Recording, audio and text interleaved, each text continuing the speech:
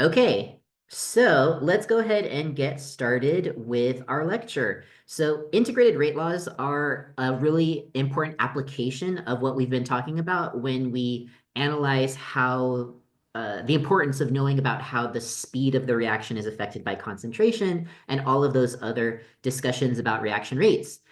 You see on the screen, there are lots of applications why this topic might be important. Maybe you want to know, for example, how long a drug remains in a patient's bloodstream. That's important for doctors to know to give the right amount of medication. Or in environmental chemistry, how long will a pollutant be affecting a certain environment, right? Or how long will it take to maybe synthesize something? So all of these questions can be answered with today's topic. So now let's see how I change my slides. There we go. Okay. So just to remind ourselves, in our last lecture, we talked about the rate law, the equation relating concentration of reactants to the reaction rate from their experimental data. Remember, really important that you have to get a rate law from experiments. You can't just guess it from theory or a balanced chemical equation. So it's of this form, R, the rate is equal to the rate constant K times the concentration of the reactant to its order. Now we'd like to figure out what is the integrated rate law. And so first of all, what is that and why is that important? It's an equation derived from the rate law that relates concentration to time points. So in other words, instead of saying how fast we're going, we're talking about answering questions about how much time does it take, which are different questions, right? You can say, how fast is my car? Or how long will my car take to get to somewhere? And that's the same thing we're doing here. So we would like to develop from what we've learned before a method to turn what concentration I have based off of what time it is. So in other words, we want a formula that has concentration coming out of it as a function of time. So the question is, how does that happen? How can we get that?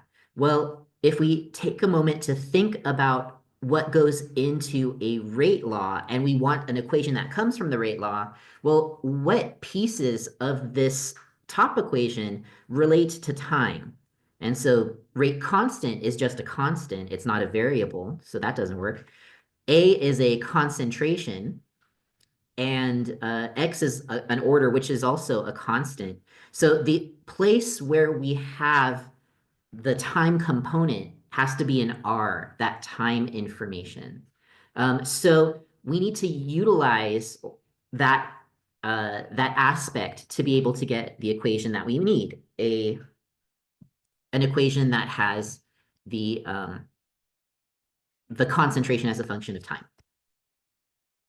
So first, just like before in our previous lecture, I like to think of things conceptually and without sort of the nitty-gritty numbers first. So what we have here is our good friend, the first order rate law. So again, it's one reactant, and we are now asserting that this is a first order reaction. So the exponent is a 1. We have the graph that we developed before, concentration versus rate. And what we found is that it was a linear dependence. If I were to change my concentration of reactant, then I expect the rate to change accordingly. So for example, if I double the amount of concentration, then the speed of my reaction would also double.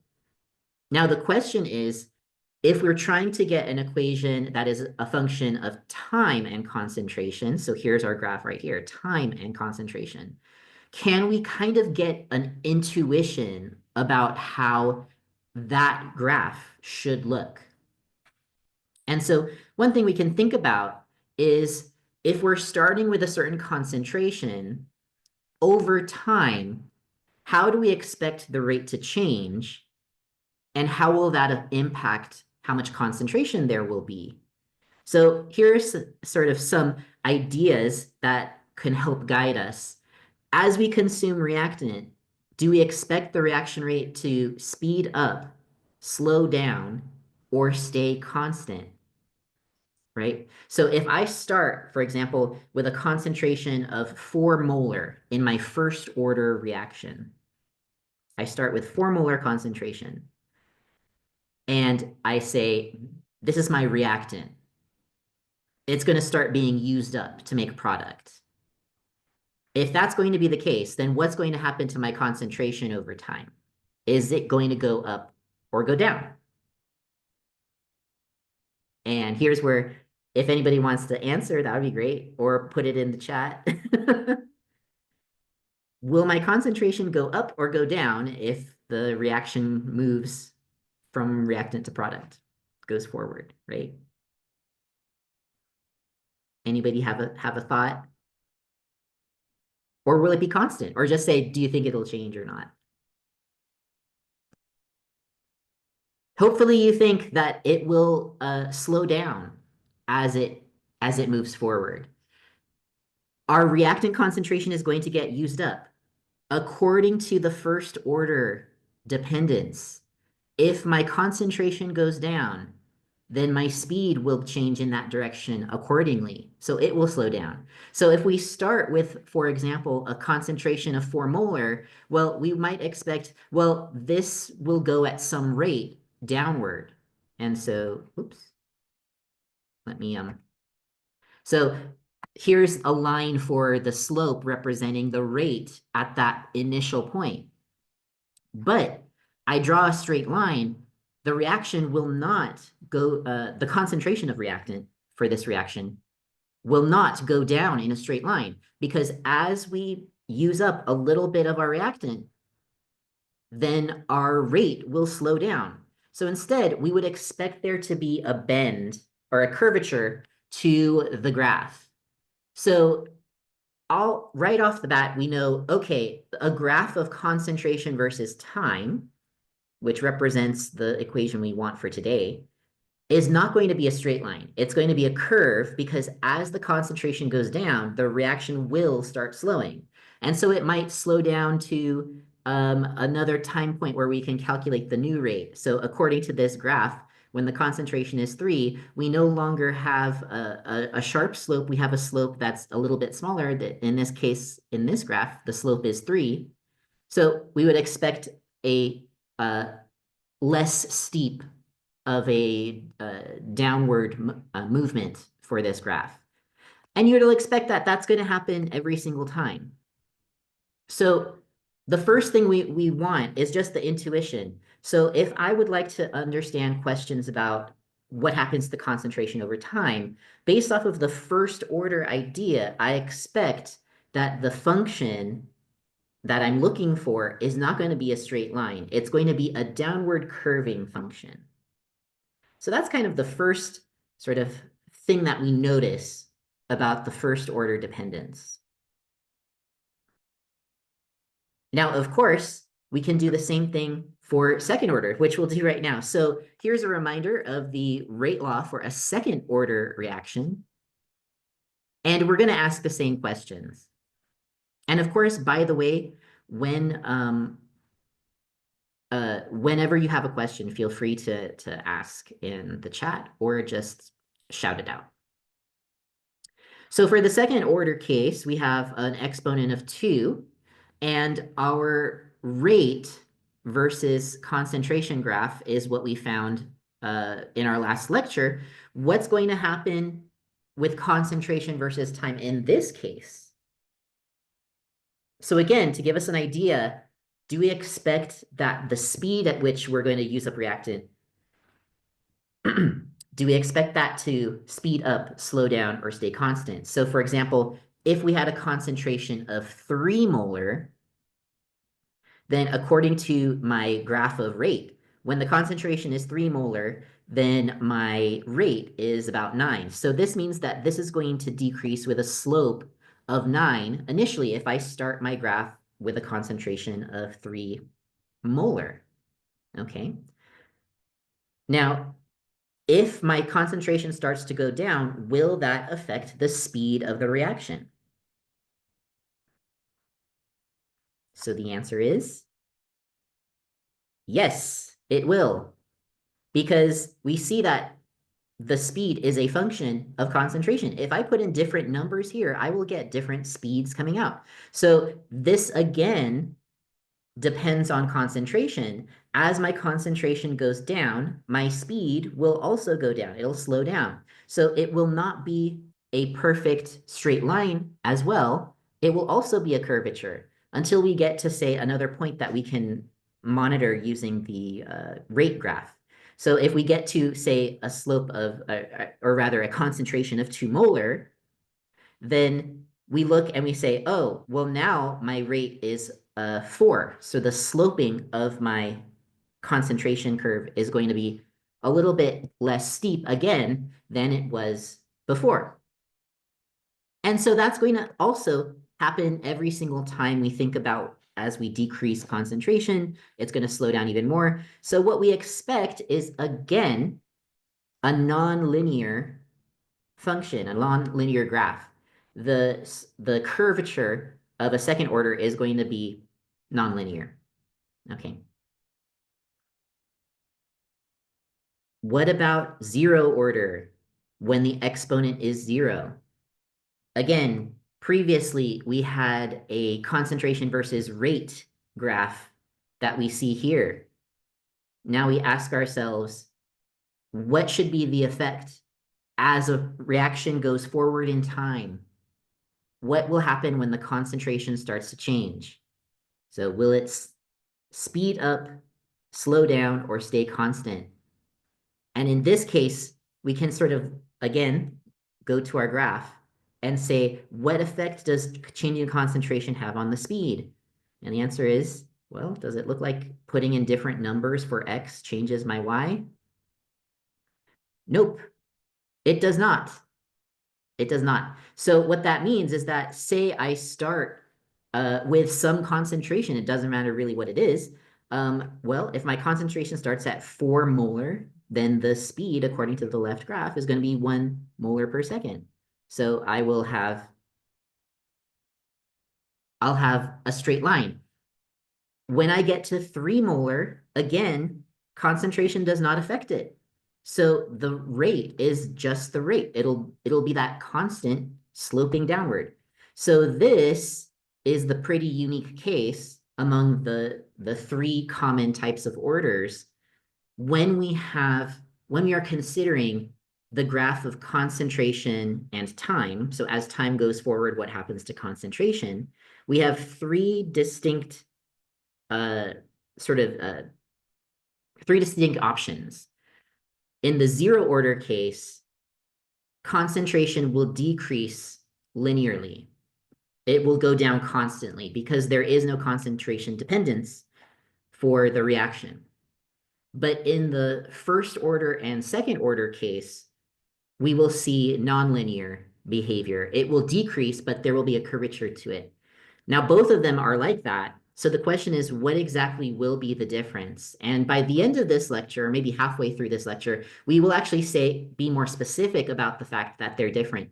But one thing that you want to be aware of as we finish this module is, what are all of the pieces of evidence that differentiate the different orders? What is how can you tell the difference between first, second, and zero in different ways?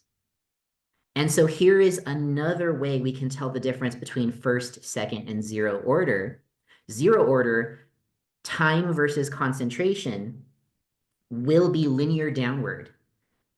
But first and second order will be nonlinear. They'll have curvature going downward. So another piece of evidence how we can tell our orders apart. And that's, again, something I hinted at is a really important aspect of the study of kinetics. Knowing the orders will have big implications on knowing about what's going on with the molecules in the reaction. So that's the intuition and the visualization of what we're doing. We'd like to have a way to describe what will happen, how long will it take for concentrations to get to a certain point. We would like to be able to answer questions about how long or how much time because of those examples I showed on the first slide. So how are we actually going to do this? So what I'm going to do in the next two slides is I'm actually going to demonstrate how it's done using the actual mathematical tools. And if you were paying attention to the name and it sounded funny, what we're doing is we're developing the equations for integrated rate laws. That integration is the same word that we're going to use in math, and that's the tool we're going to use to get these. So for those of us, remember, we're not going to do calculus in this course, but for those of us who are taking or have taken calculus and have worked with integrals before, I think there's an extra level of appreciation you can get out of seeing this done in this course. So for those of us who aren't so comfortable with integrals, don't worry. Just hang along and we'll get back to connecting this to chemistry in a bit. But I'd like to just show off how this is done with the mathematical tools we have. Okay, so here we go. First of all, let's sort of ground ourselves with a familiar example. I have a graph at the top right. This is a car, and it's a graph of uh, the time this car has been on the road driving and the speed of that car. And one question we can ask that's analogous to what we're going to do today is how far does the car go? Now, if we've taken like maybe an algebra class has done this or a physics class definitely has done this, we know that the formula is distance equals rate times time. Graphically, what are we doing to get this information? Well, we're multiplying rate and time. Visually, what we're seeing is we're multiplying the horizontal distance that this function is taking, this graph is taking for its speed, the horizontal distance by the vertical distance. And if we're multiplying this, it kind of looks like what we're doing is getting the area of the graph under the function. So the basic idea is visually or graphically, when we're multiplying these measurements, what we're doing is getting the area under the function. That's exactly what we want to do to answer the question. So now let's take it back to our task in chemistry. That's exactly what we want to do here. Instead, we're not talking about traveling a physical distance, but we're traveling a concentration distance. We'd like to know how is the concentration or what is the concentration at a specific point in time if I know that my reaction is proceeding at a specific rate. So for example, in the second graph, the first order graph, what we have is a similar idea. The bottom axis is time, and the top axis is rate. And we know that over time, a reaction slows down. So here's our curve. What we'd like to do is the same thing as in the car example. We'd like the area under this curve. And the bottom line is that the area under this curve is best described by taking the integral of this curve. So that's exactly what we'll do. We'll take the information about the speed of the reaction that we've already developed. Here's our rate law, and this is the first order rate law, and we're going to develop how to get to our equation of interest, an equation that can tell me how long it takes for a reaction to get to a certain concentration. And so the first thing we note is that the reaction rate from our very first lecture is going to be minus the change in reactant concentration over the change in time. Now, for the purposes of calculus, we're going to use calculus notation. We're going to change these delta changes into differential changes, which just means we're talking about the interval size that we're dealing with. So we're changing the deltas to d's.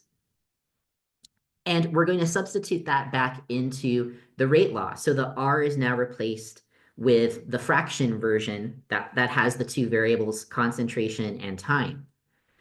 And now the question is, what method do we use to get rid of these d's?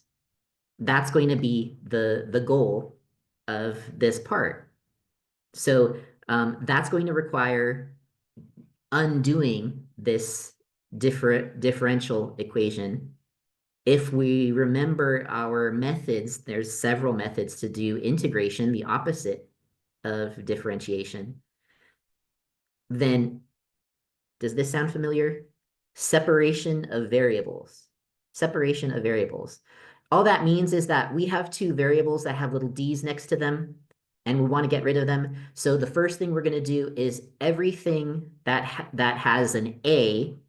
So before I get rid of this d, everything that has an a, I'll move to one side, and everything that has a t, I'll move to the other, so that we separate the variables before we get rid of these d's.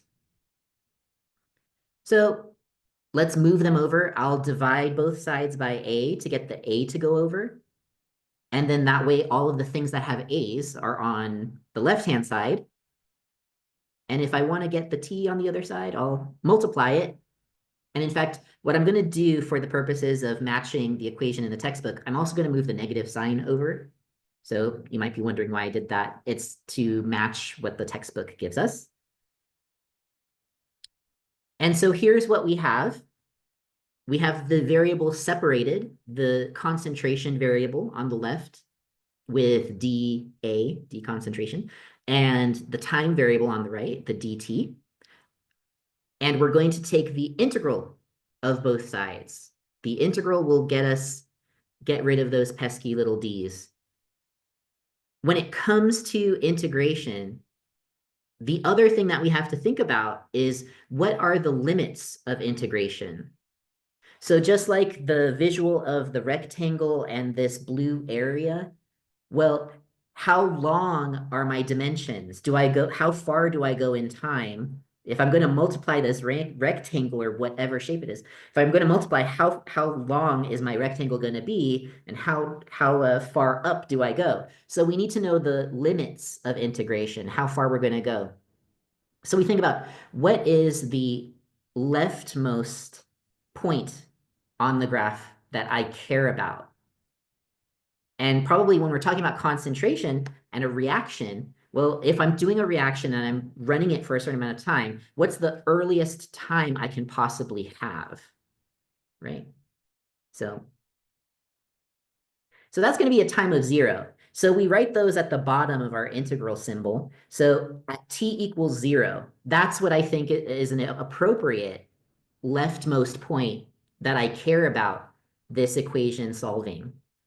And then as far as the corresponding concentration, since I want an equation and not necessarily a numerical answer, I'm going to still use variables. So what I'll say is that at time t, the concentration of reactant is going to be A naught, the initial concentration, otherwise known as.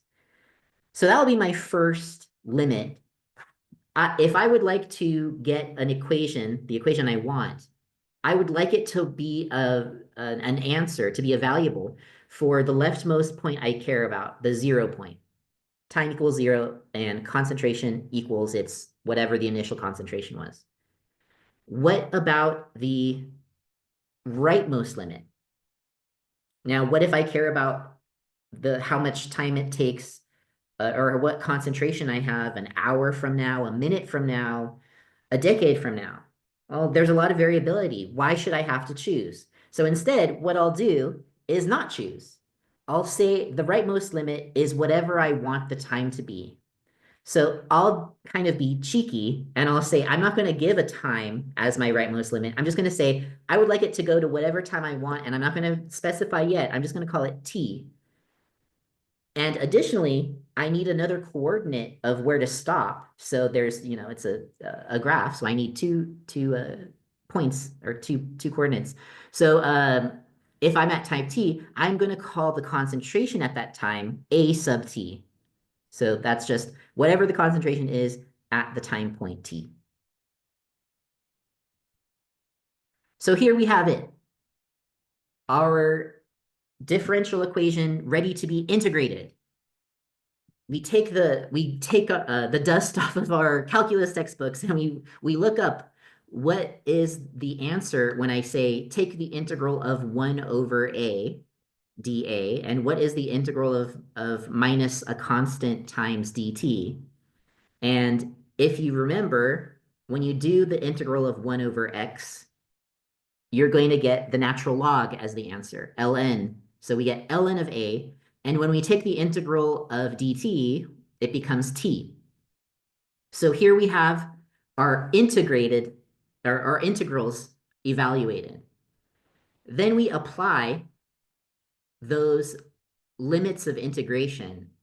And so what that means is that we take our answers and we subtract the upper limit from the lower limit. So basically we'll plug in the top part and then subtract it from the plugged in bottom part. So the first part will be ln of my top limit, which I said call it AT, minus the ln of my bottom part, which we are going to call initial concentration A0. And the same thing for this part, minus KT. We're going to substitute T equals T, so that's easy. And we're going to subtract from it, plugging in a 0. So it'll look like this. The right-hand side will be minus KT plus, because negative of a negative, K times 0. If we rearrange it, we get our answer. The equation that we desired is the natural log of AT is equal to minus KT plus the natural log of A0. So what does this give us? It tells us how the current concentration, the concentration at the time we care about, is related to the other parts of our discussion of kinetics. It depends on the time point we are interested in. It depends on that reaction's rate constant. And it also depends on how much concentration we started with. So basically, it can help us answer the question, if I start at a specific point in time, then what concentration do I have?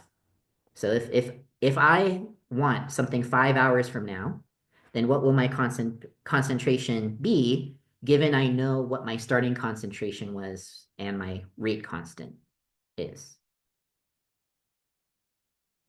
So I'm going to pause right here in case there are any questions about that.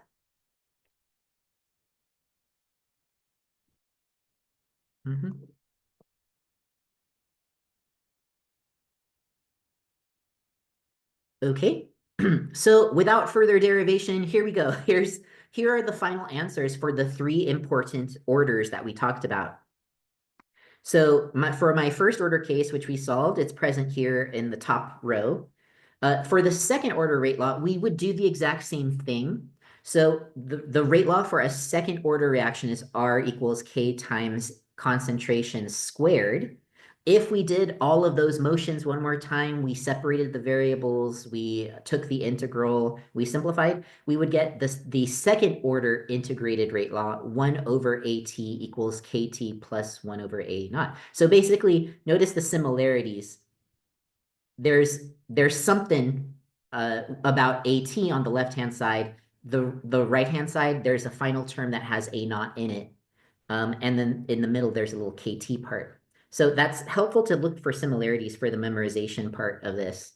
And then for 0 order, where R is equal to K because the exponent is 0, we have AT equals minus KT plus A naught. But below is our legend. Reminder, A naught means the initial concentration, what we started with. So a reaction starts with this much in the beaker or what have you. T is time. AT is the concentration at a certain point in time. So if T is 5 seconds, then AT is, this is the concentration at 5 seconds. And K is the rate constant, which we talked about in the last lecture. And reminder, it has some very important details and implications that we're going to investigate in our next lecture. But for now, it's still just a constant we get from experiments. So these are the 3 integrated rate laws. These can answer the question, what happens when time moves forward at a certain point in time? If I let this reaction run for 3 days, how much do I have left after 3 days? That sort of question is answered by these. One question that I ask is, can you see how these equations match our predicted concentration versus time graphs? So remember we had those graphs there.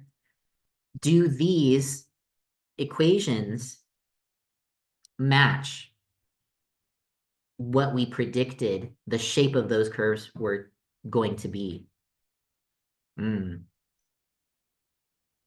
is an interesting question, isn't it? Well, one thing to note, well, the first one is actually, I'll say the zero order is a pretty simple case. So it says the concentration is equal to minus KT plus A. So if you take a moment to think about it, this kind of looks, so our graph was, and maybe I'll just go back to it for a second. Here's our graph. Our graph is time versus concentration.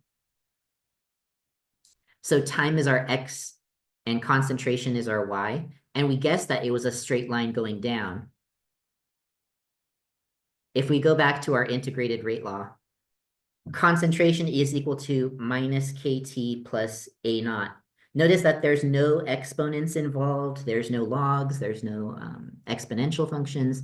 This is just a straight line equation, the equation of a straight line in which T is our X variable, and we see a negative in front of the K. Negatives mean sloping down. So yeah, this did predict that. The other two are interesting, and we can ask, do these predict certain curvatures like we thought?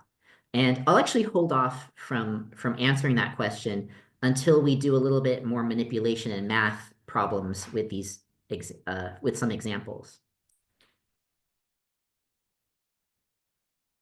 So speaking of examples, here is an example just to demonstrate how important integrated rate laws are. So take a look at this question. The first order rate constant for the decomposition of a certain insecticide Q in water at 18 degrees Celsius is 1.25 inverse years. Remember, sometimes we can do conversions to different kinds of time, okay? A quantity of Q is washed into a lake yesterday at Q equals 30 micromolar. Assuming a constant lake temperature of 18 degrees Celsius, so temperature doesn't change, what concentration in micromolar of Q will remain after 1 year? So this is a pretty interesting question because we haven't really seen questions like this before. So let's just take a moment to just do what we've done in Chem 1A or first semester, Chem 22, your intro chem, and let's just use the same strategies of let's just organize what we've been given, givens and desired. And let's also try to think about what variable in the kinetics chapter does this represent? When I get this number in this unit, what letter does it go with, right? What variable does it go with?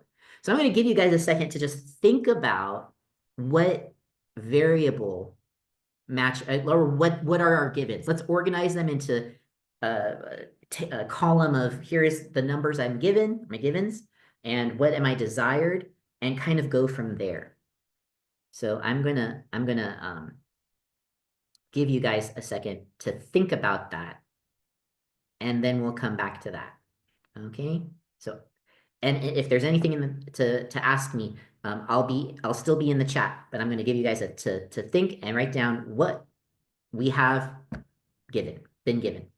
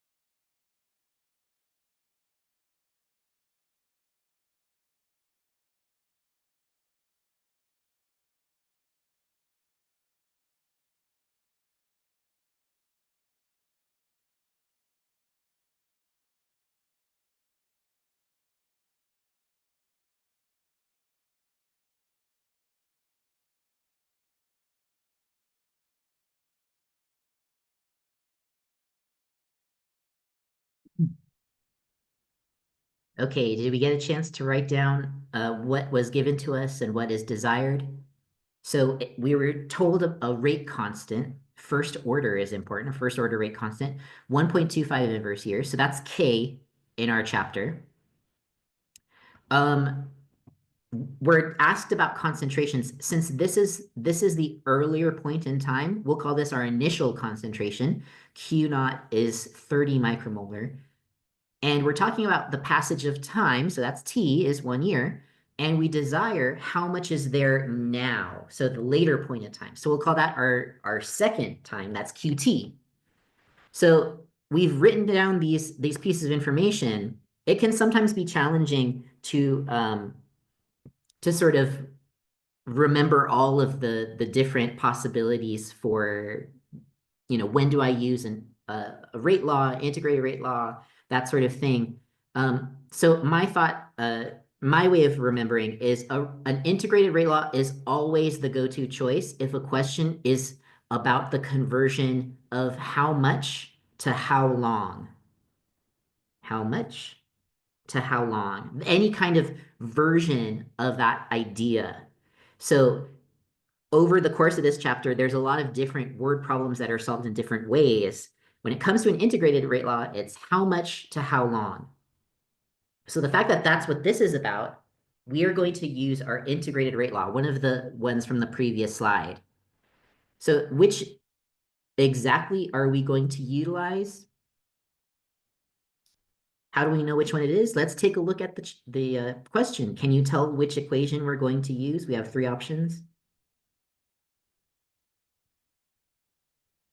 It mentions a first order rate constant. So this must be a first order reaction. So we are going to use the first order integrated rate law, which we'll copy down from the previous, but of course, through all of the practice you're going to get, it's going to be second nature to memorize. ln of qt equals minus kt plus ln of q naught. Now, my preference for most of these problems is to solve the the original equation before you start plugging in numbers. That's my personal preference, and I think it does help avoid typo style mistakes because you're writing down numbers with a lot of digits, and if you go line by line by line, you might make a typo. So I actually prefer to just solve the equation for that first. So we want QT. So let's get QT by itself. Since ln is being applied to QT, how do we undo ln? We take e to both sides, right? E to the ln will cancel. So e to the ln will cancel. So we'll now rewrite it as without the ln on the left-hand side. QT equals e. And now this whole thing is an exponent. Minus kt plus the ln of a naught.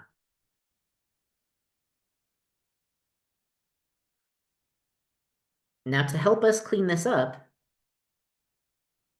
we say, oh, there's a lot going on in this exponent here, right?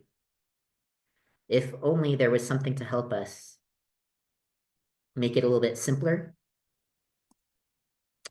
That is going to be our good friend,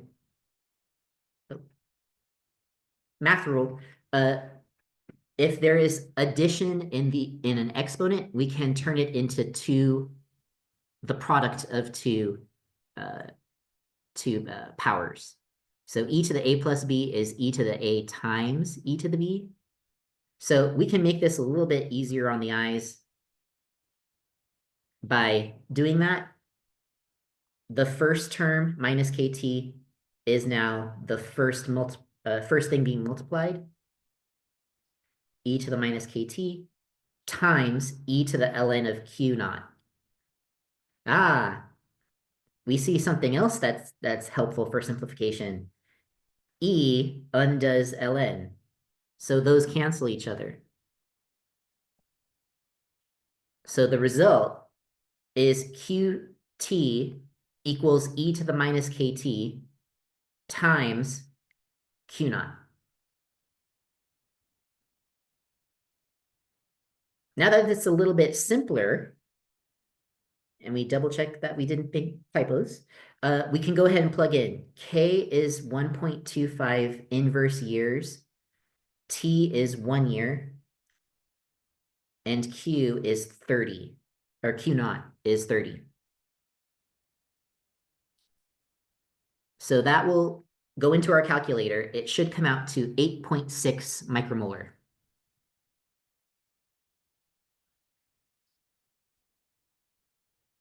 So what we found, unfortunately, this insecticide went into a lake. It polluted the lake. The lake now has a concentration of 30 micromolar, but over time, it will start to decompose. How much will still be there after a year? Through the use of our integrated rate law, we found out there will still be 8.6 micromolar concentration after 1 year, which may or may not be a good thing, depending on the application, maybe that's a safe level or something, or maybe that's bad for bad for the fish, who knows. But the other thing I want to mention before we leave this slide or leave this topic, is to focus on how we rearranged the first order rate law, integrated rate law. In this second to last part, QT equals e to the minus KT times Q naught. What this tells us, if we think of it as a function that we could put on a graph, if I can think of my time as my X variable and my concentration as my Y variable, then what it tells me with a first order reaction is that concentration of reactant will change as if it were an e to the minus X type graph. Do we see that? And there's a constant here, there's a constant here, but in the end, it's an e to the minus X type graph. If we go back to all the way to like our second slide, we said that as time goes on, the concentration will decay as a curve and not a straight line. What we found out is that this curve that we predicted is an exponential decay. It's an e to the minus X type graph, which is exactly what we thought. So that's great.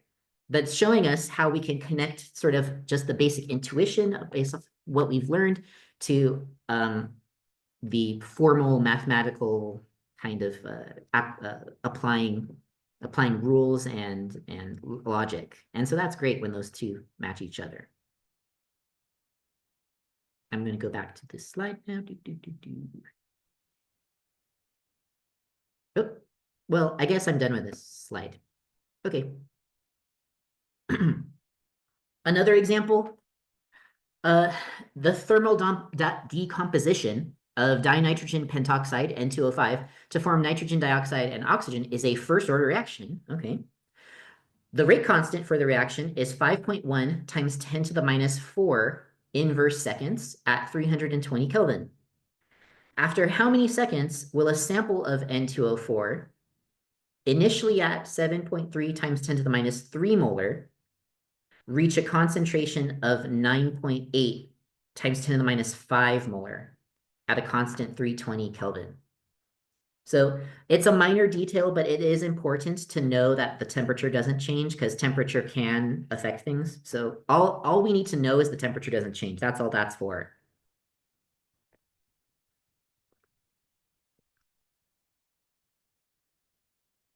So let's go ahead and think about what we have, what we're given, how to proceed.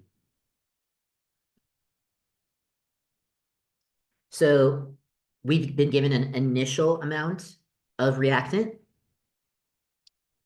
We've been given a rate constant, so we'll go ahead and say K. K is 5.1 times 10 to the minus 4. And we've been told that at a certain point in time, it became a different concentration. And it's saying, how long does that take? So in other words, how much time does that take? That's our t. So yet again, our good friend to the rescue. And really important to hammer in, if the question is a how much to how long question, that is an integrated rate law question. A how much to how long question is an integrated rate law question. So that means I'm going to jump to, let's remind ourselves what our integrated rate law is. It's the ln equation. So it's ln of reactant at time t equals minus kt plus the ln of the reactant at time 0 or initial. So what do we desire? We desire time. So just like I mentioned before, my preference is to avoid the plugging in type typos, to move the variables around before you plug in. So I'm going to solve for t. So, okay, t is being multiplied by k, and we're adding this other term. So the first thing I want to do is subtract my ln of a naught, or reactant naught. So here we have it here. We've moved it to the left-hand side. So we have our left-hand side, and now there's a minus ln of N2O5 naught equals minus KT. Okay. Now here's something that actually comes in handy several times. So it's important to know that we should always be aware of this. But the rule in math is that if you're subtracting two ln's or two logs, then you can combine them as division. So that's what we'll do next. And it's in this question, it may not seem like a necessary thing, but it is a necessary tool for some questions, and I'll demonstrate that next. So we'll practice it right now. When you subtract two ln's, you can combine them as division. So that will be the ln of AT over A naught, all in parentheses, equals the right-hand side, minus KT.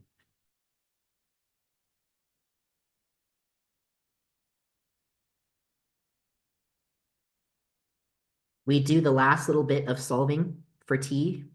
That'll be moving the minus and the k to the other side. So we get t is equal to minus 1 over k times ln of AT over A naught.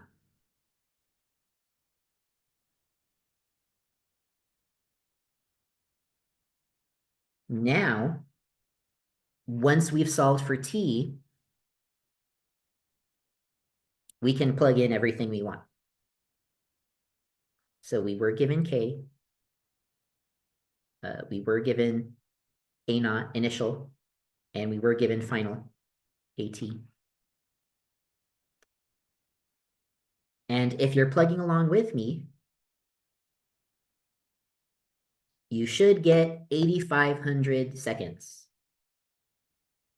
which, just out of curiosity, 8,500 seconds divided by 60. So that's 141, about 140 minutes divided by another 60 minutes, about 2.4 hours. So almost 2.5 hours. So it will take about 2.5 hours for the concentration starting at what we put into the container to get to the concentration that was provided to us. It will take about 2.5 hours for that. All right, so that's our second, and that's another demonstration of how these can work. So in this case, we were asking about how much time, rather in the last case, we were asking how much concentration. But again, integrated rate laws are always how long, how much type conversion problems. I have one, get to the other. One, get to the other.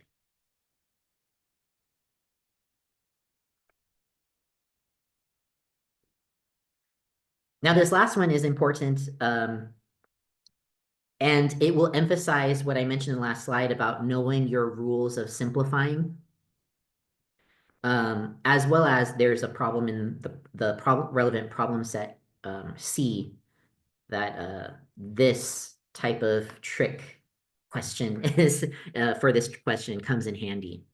So we have a first order rate constant for the reaction x makes 2y. And the rate constant is 1.8 times 10 to the minus 3 inverse seconds. If a sample of x is placed in a container and begins decomposing, how many seconds will it take to reach 1/4 of its starting concentration? So we can right off the bat hear that it sounds different than the other problems. There's something that's unique about this one. So we can first start by what do we know? What do we want? Well, it gave us the rate constant, and it tells us about how long. So it wants t. So we can definitely start by writing down, okay, well, k is this value, t is that value. Now, what to do with the fact that we know it's a how long, how much question. We need the integrated rate law, but we know that we need concentrations to plug in, but we don't have concentrations, but we do have this statement. The reaction reaches 1/4 of its starting concentrations. So it didn't give us specifics, it gave us how the two compare to each other. We are now 1/4 of what we started with. So here's what we do. We turn that into a mathematical statement, a mathematical relationship between the two.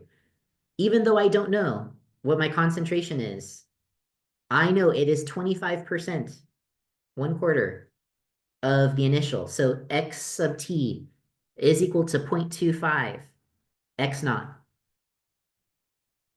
Now that still might not be satisfying. So, okay, that doesn't really help me because those aren't numbers. But we'll see in a moment that it does help us. But what we're going to do is actually start the same way we did before with the integrated rate law and solving for what we desire. So let's solve for t and group the logs into one log. So we'll move we'll do all of the same process as the previous slide. So we start by subtracting ln of x naught to move it to the left. So ln of xt minus ln of x naught equals minus kt. And through the other parts of the process, we absorb the subtraction of ln's into one ln with division. That's right here. And then we move the minus k over by division as well. T is equal to minus 1 over k times ln of xt over x naught. Now this is the part where we plug in. So it's, well, straightforward to plug in k. But what about this part? We don't have numbers. But now that we know the relationship, we actually can plug in, right? We know that xt is 25% or 1/4 of x naught. If we plug in this into the ratio, even though we don't know what the numbers are, by knowing the relationship between them is enough, because these unknown x naughts cancel each other out. So this becomes the ln of 0.25. And so by simplification and then plugging in the remainder rate constant, we get that t is 770 seconds.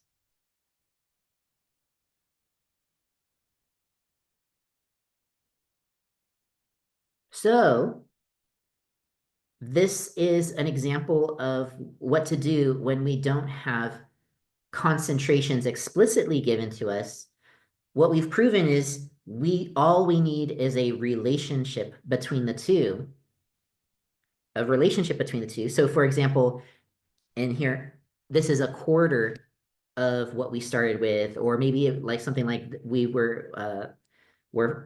have 45% of what we initially had. Any type of relationship type statement is enough, whether it's telling us the fraction, telling us the decimal or the percentage, is enough to give us the information to identify or to solve for the unknown. However, the way to properly implement it is to use that log identity, the ln of A minus the ln of B is equal to the ln of A over B. That is a crucial necessity to know in order to solve a problem like this one. All right. So that's the trickiness of this.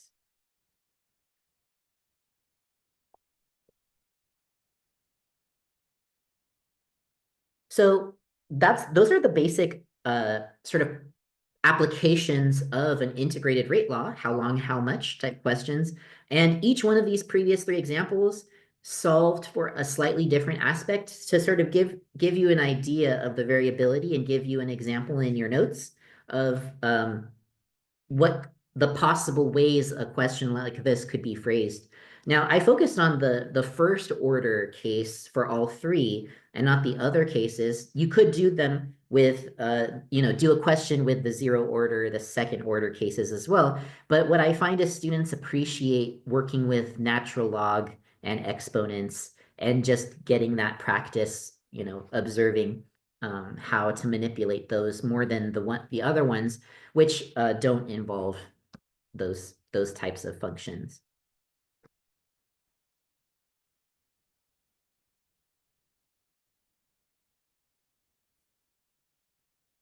All right. The second part is that the topic of integrated rate laws leads us to another very common measurement when it comes to discussing the time scale of reactions, and that's half-lives.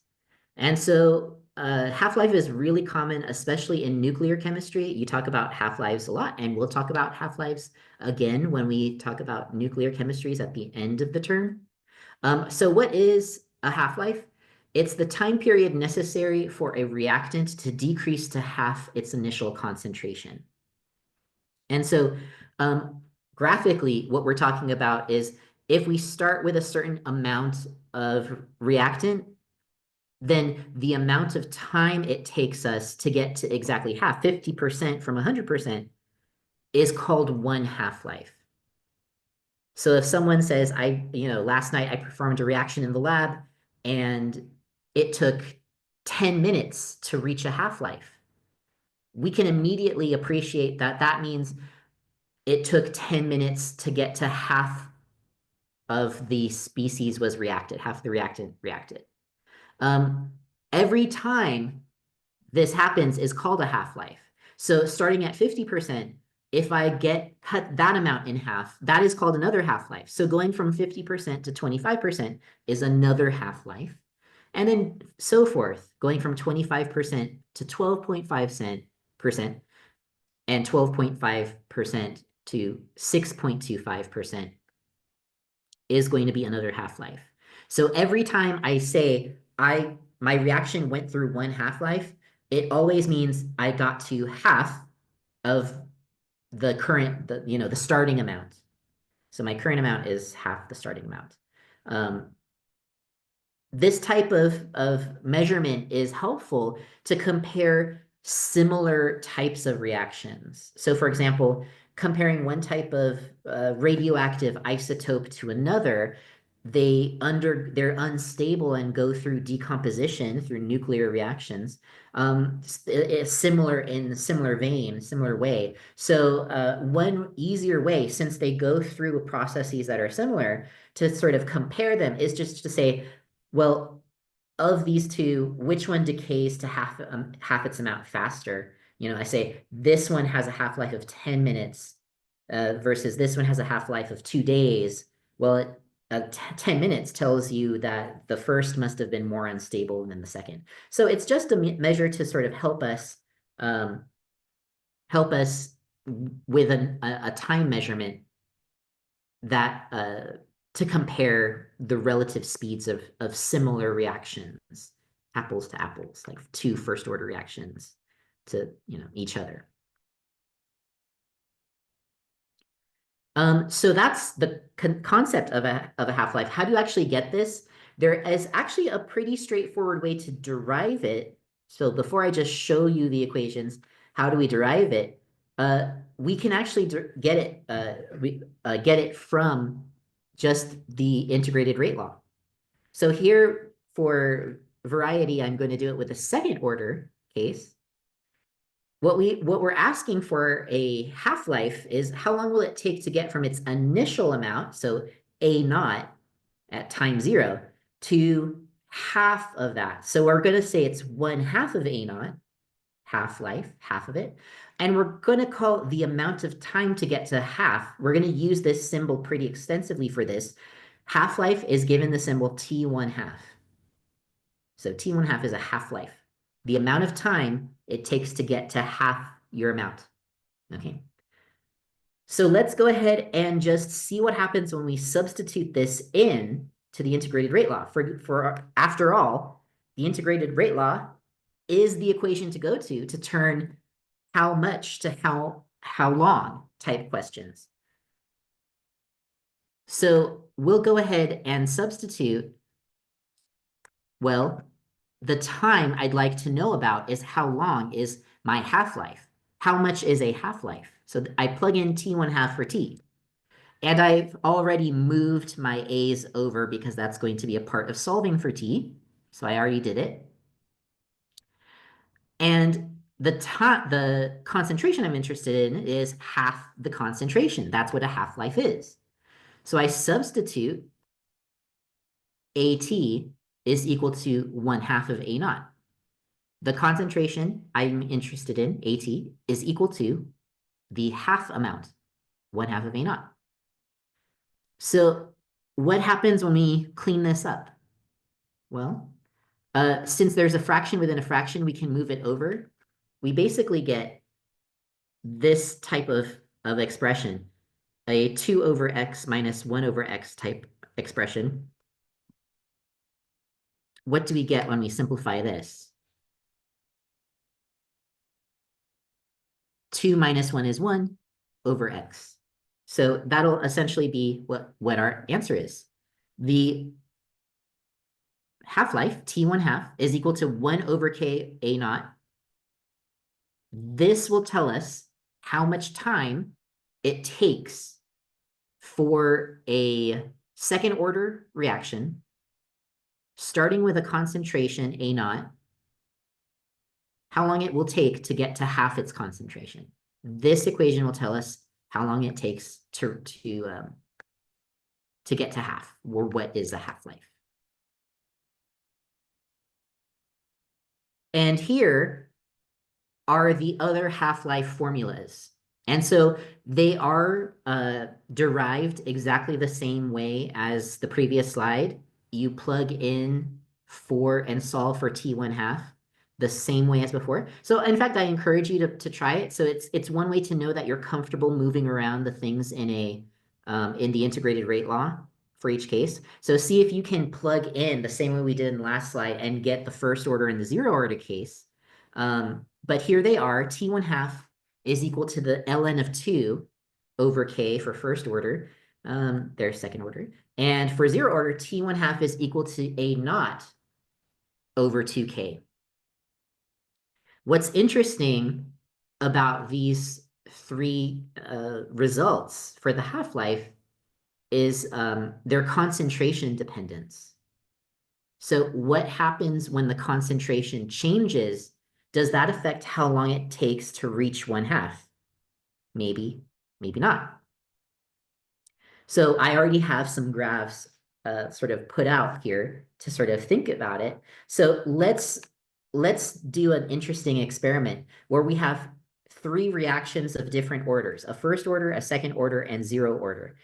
And let's pretend that they all have the same first half-life.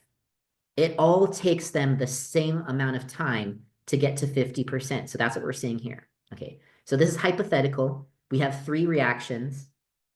One is a first order, one is a second order, and one is a zero order. And hypothetically, we found three examples where they all come out to, it takes the same amount of time to get to 50%. Now here's the question. How much time will it take to go through another half-life?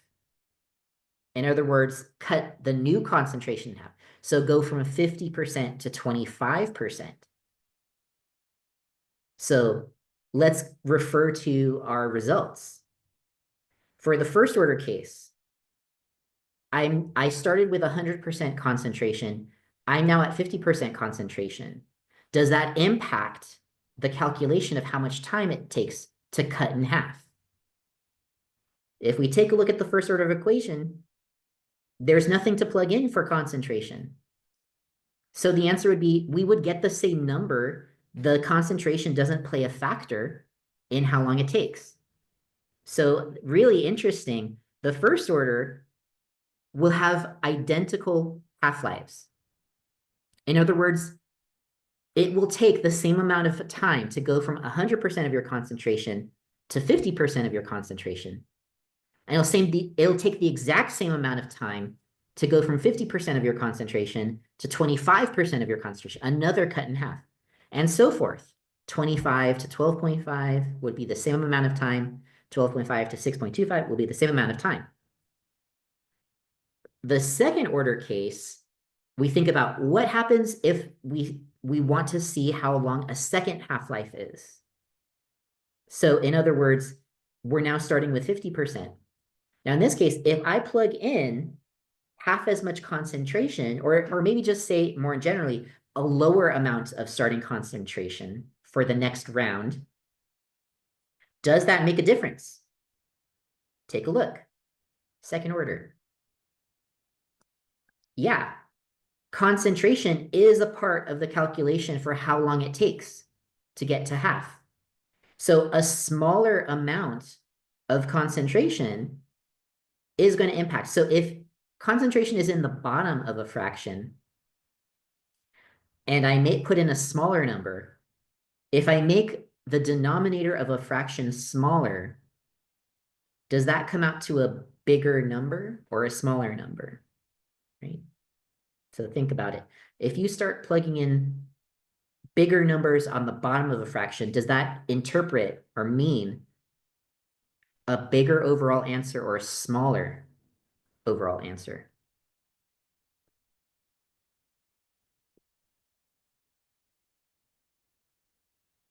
Think of it like the simple case, maybe 1 over, and let's just say 1 over 2, 1 over 3,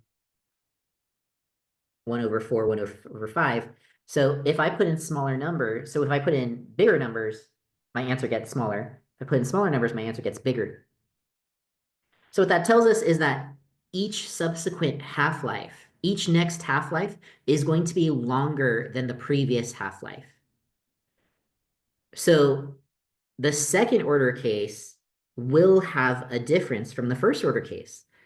The next cut in half will take more time than the previous, whereas in the first order, it would take the same amount of time. If you logic the zero order case, how long will it take to get to, for the second half-life? Again, concentration makes a difference, except this time we're going to be plugging into the numerator. So what happens if I plug small numbers into my numerator? Well, my fractions are going to get smaller. So the answer will get smaller. So it will take less time to cut in half. So the interesting thing, and yet another point of difference between the different orders, is the behavior of their half-lives. For a first order reaction, every half-life is the same amount of time for a single reaction. The amount of time to get to 50% is the same amount of time, is the same amount of time to go from 50 to 25%. Whereas the amount of time to get to 50% for a second order reaction is going to be different than the amount of time to get from 50 to 25%. And in fact, it will take longer to go from 50 to 25% for a second order reaction. Whereas a zero order reaction it'll take less time to go from 50 to 25%. Every half-life is shorter in time than its previous. So yet another point of difference between the three types of common orders for these reactions.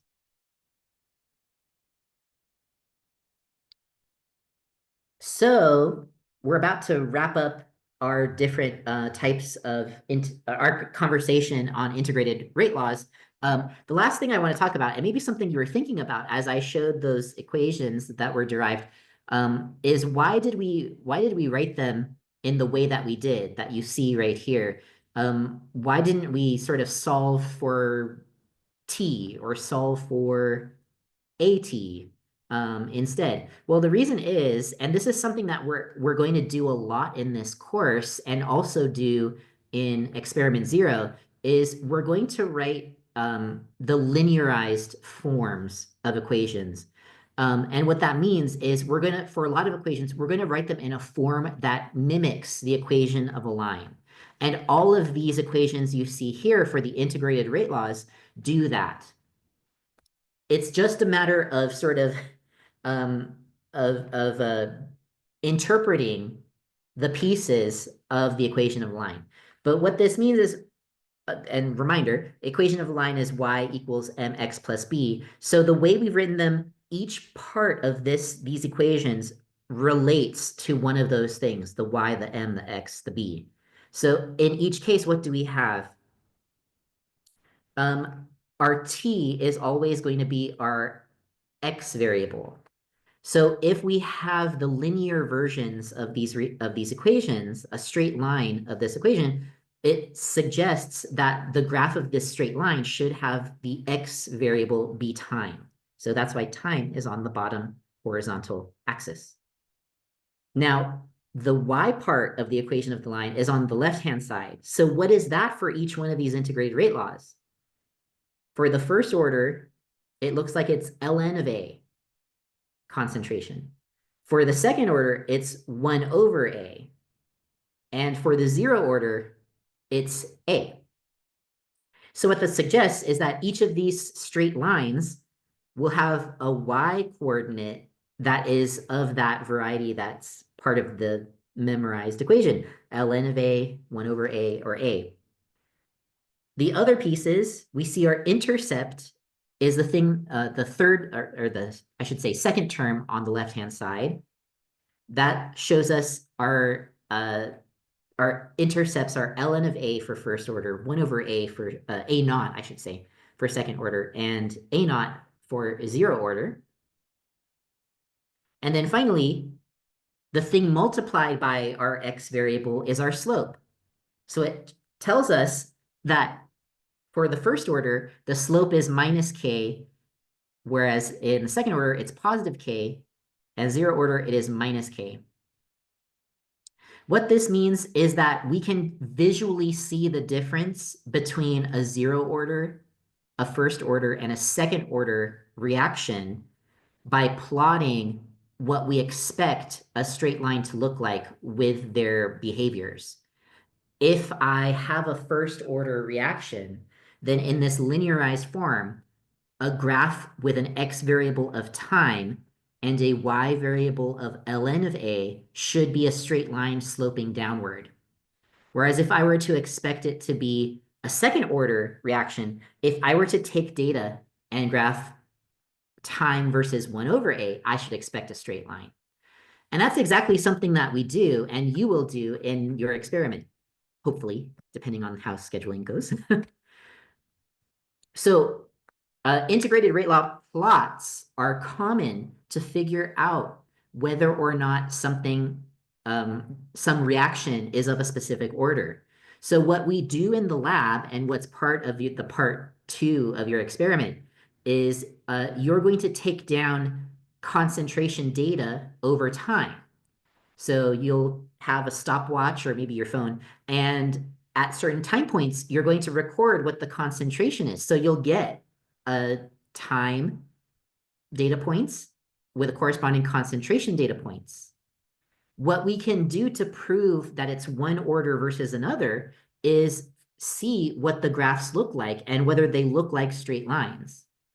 So in addition to plotting concentration and time, if we take the ln of all of our concentration data, we'll get a column of ln of concentration 0, 1, 2, 3. And then if we take the inverse of all of our data, take 1 over all of our data, we'll get a column of 1 over A0, 1, 2, 3, and see on Excel which one plotted with time as the x gives us the straightest line. And so it might look something like this. The basic idea is, so we're not going to get into brute force calculating the statistics of this. We're going to let Excel do it. But we use the R squared value, which you are most likely familiar with from first semester. But basically, the R squared value is a statistical test that basically tells us with a number whether or not a line is, or how straight the data follows a line. If the data perfectly line up with a straight line, it gives you back a value of 1. If the data is really crazy and doesn't look like a line at all, it gives you a value of 0. And in the middle, that's where you have kind of lines. So we want something with an R squared as close to 1 as possible. In this case, in this example, we see the R squared closest to 1, or equal to 1 in this case, is concentration on the y and time on the x. So we say, which integrated rate law does that match? And if we go back, well, we can go back. If we go back, the graph that had concentration as the y and time as the x is my 0 order graph. So that must mean, that from this data, we can conclude that the reaction we were observing in the lab must have been a 0 order graph. Once we know that, we can use all of the data to figure out other important pieces of information. If Excel can tell us what the intercept is, or what the slope of this line is, we actually can connect that to really important stuff. The slope of this graph is my rate constant. And we know that rate constants can go into calculations to do a lot of neat things. The intercept is my initial concentration. So I can use that to confirm, perhaps, maybe I need to confirm what the initial concentration was. So once we know how to read the graph and how to know which straight line, we can actually get a lot of useful information from that. And that's what we're going to do in our lab. So with that, I'm going to wrap up the discussion of integrated rate laws. One thing to note at this point in the course, I want to stress is we've talked about these different types of reactions: first order, second order, 0 order. There is a lot to speak of how they are unique from each other. I would recommend focusing maybe on a whiteboard or a big piece of paper, having sort of a 3-column kind of setup to say, what are the differences that help you tell the difference or between a 0 order, a first order, second order. For example, things like how are their rate laws different? Okay, maybe that's one. How are the graphs different? So we've seen a couple. We've seen concentration versus rate. We've seen time versus concentration. And now we've also seen for the to get a straight line with time. What do we get? That was our last slide. That's that sort of thing. What do you expect to be the difference about their half-lives? How much time it takes to get to half? Things like that. So there's a lot of different ways to tell the difference between integrated rate laws, or sorry, the different orders: 0 order, first order, second order. My recommendation is to try to be the person to explain the difference among the different types of orders, because there's a lot to it. like, what gives you straight lines? Which ones do you expect to be straight lines or not straight lines with graphs, etc. But that's pretty much all I wanted to go through today. Again, sorry we couldn't meet in person. I'm going to go ahead and stop the recording now and let me know if you have any questions um, through Canvas or email.